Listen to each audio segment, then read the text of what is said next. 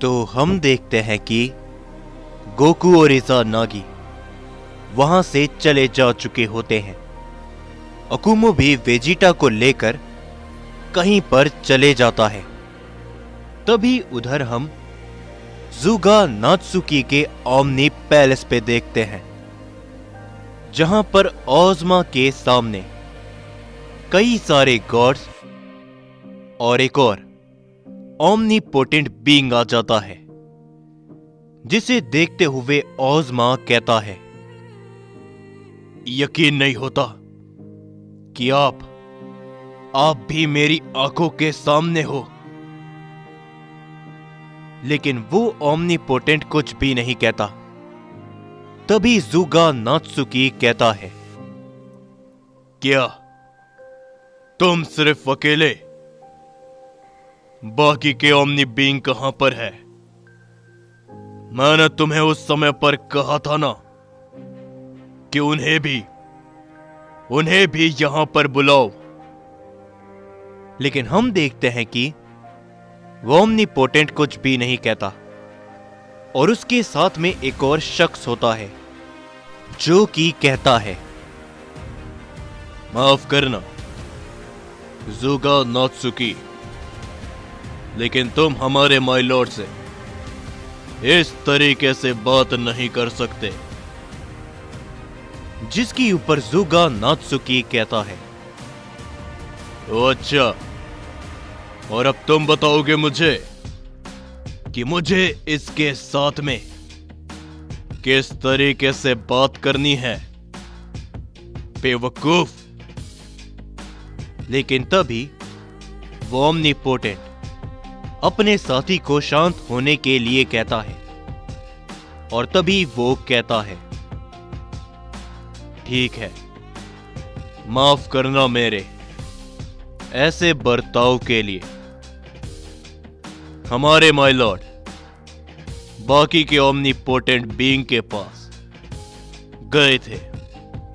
बहुत जल्दी वो भी यहां पर जरूर आएंगे, लेकिन उससे पहले हमारे लॉर्ड जानना चाहते हैं कि आप उस मल्टीवर्स में गए थे, क्या हुआ? आखिर परिणाम क्या निकला? क्या वो ओमनीवर्स आपने तबाह कर दिया? जिसके ऊपर ज़ुगा नात्सुकी कहता है, अगर मैंने उस ओमनीवर्स को तबाह कर दिया होता तो मैं तुम सभी को यहां पर क्यों बुलाता?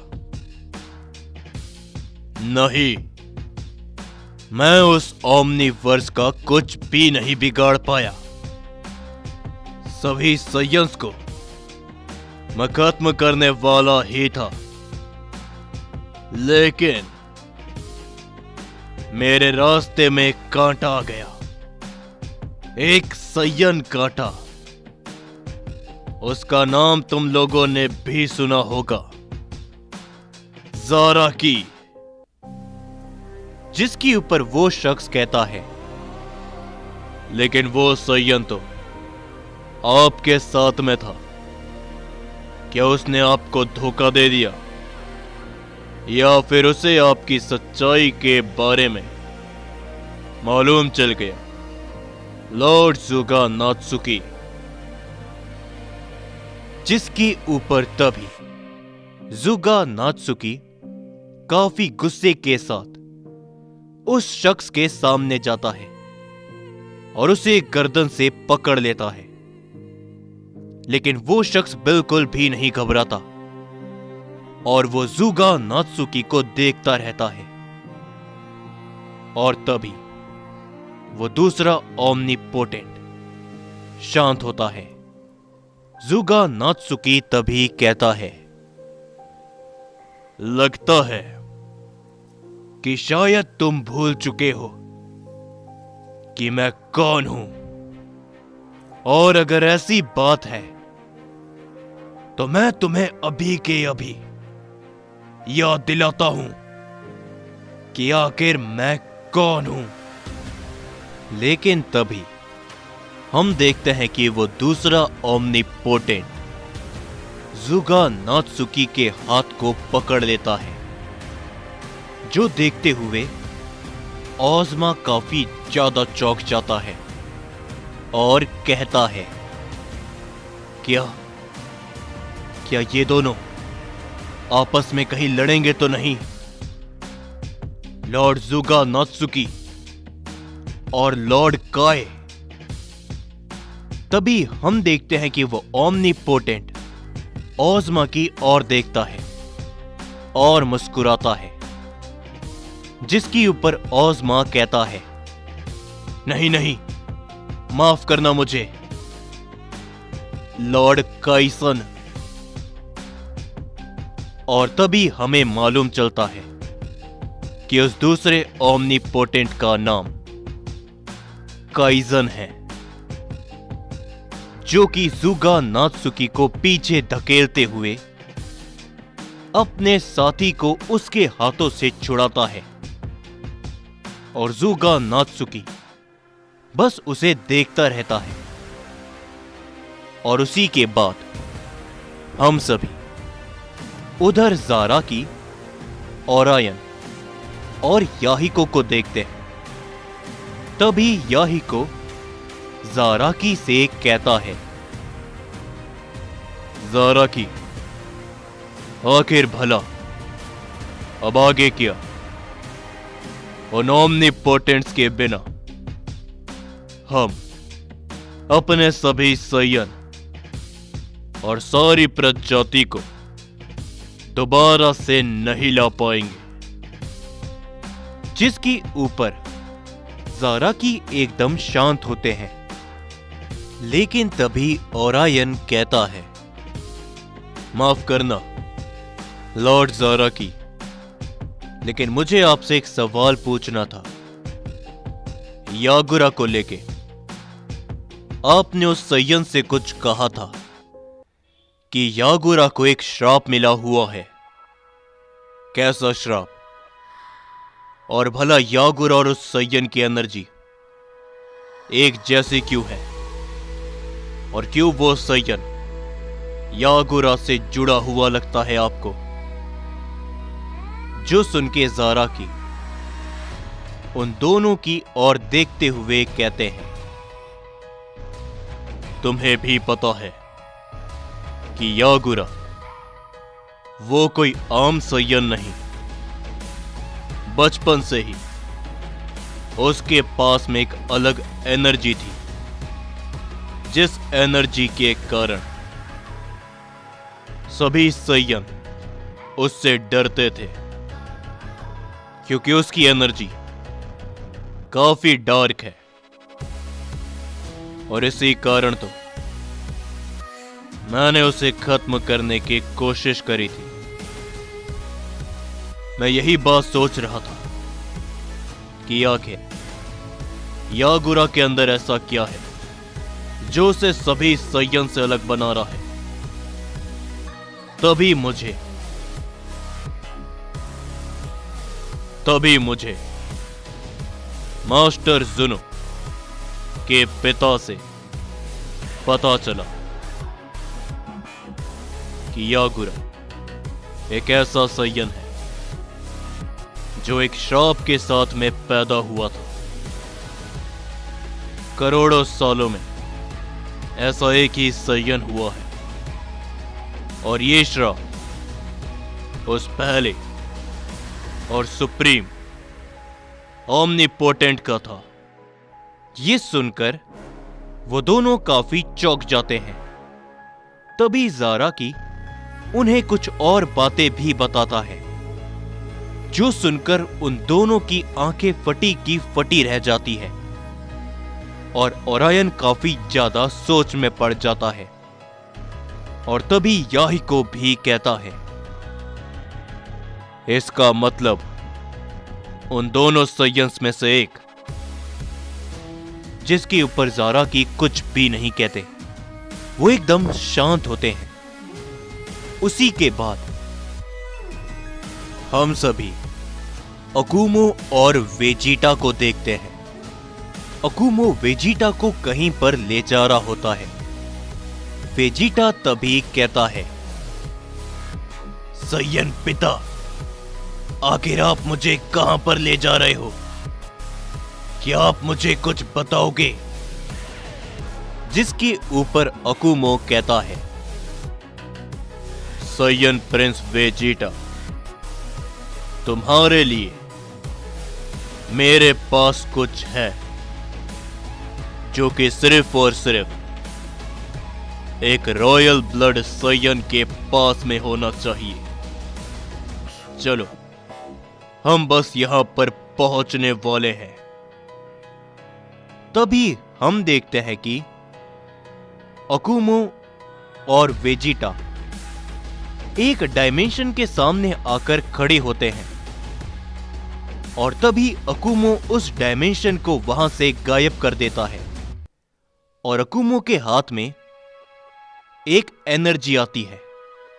ये देखकर वेजिटा काफी ज्यादा चौंक जाता है और कहता है, क्या आखिर भला ये डायमेंशन क्या था? और ये क्या एक एनर्जी है? लेकिन भला किसकी? जिसके ऊपर अकुमो कहता है, शांत हो जाओ, तुम्हारे सभी सवालों के जवाब मैं देता हूं। ये डायमेंशन मेरा बनाया हुआ है। उस लड़ाई में आने से पहले मैंने इस एनर्जी को यहां पर रखा था। ये एनर्जी किसकी है? तुम उस शख्स को जानते हो, राइमासा। ये उसकी एनर्जी है। जो सुनकर वेजिटा चौंक जाता है और कहता है, क्या इसका मतलब वही है जो मैं समझ रहा हूं? अकुमो तभी कहता है, हाँ वेजिटा, ये मैं कहना तो नहीं चाहता, लेकिन राइमासा अब नहीं रहा। ये सुनकर अकुमो काफी ज्यादा चौंक जाता है। ये सुनकर वेजिटा काफी ज्यादा चौंक जाता है और तभी अकुमो कहता है, ज़ाराकी ने राइमासा को एक टाइम लूप के अंदर कैद कर दिया था और वो टाइम लूप राइमासा की एनर्जी उससे लगातार अलग करता रहा। राइमासा काफी कमजोर हो चुका था। जिस समय पर मैं उसके पास पहुंचा, राइमासा चाहता तो बच सकता था, लेकिन उसे ये बात मालूम चल गई थी कि वो ज़ाराकी का कुछ भी नहीं बिगाड़ सकता और उसके आखिरी शब्द थे कि अब सैयन की नई पीढ़ी को आगे बढ़ना चाहिए।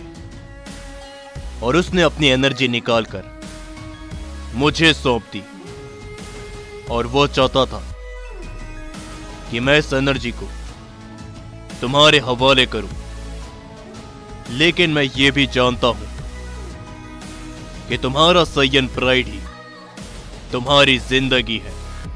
सैयन प्रिंस, तुम अपनी खुद की ताकतों में विश्वास करते हो, तो शायद तुम इसे स्वीकार नहीं करोगे, लेकिन राइमासा के आखिरी शब्द और उसकी आखिरी इच्छा पूरी करना भी मेरा काम है।